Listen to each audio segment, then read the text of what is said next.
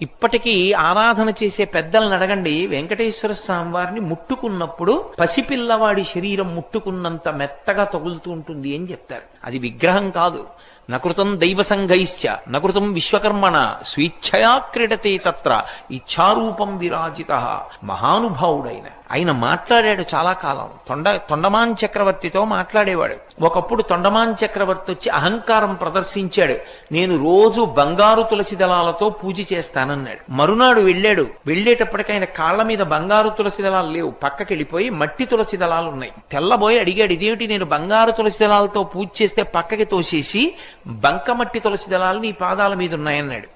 నువ్వు చేసిన పూజ ఏ పూజ? నేను బంగారు తులసి దళాలతో చేస్తున్నానని అహంకారంతో చేశావు, పక్కకి తోసేశాను. అంటే మరి బంకమట్టితో ఎవరు చేశారన్నాడు. పరమభక్తుడు ఒకడున్నాడు.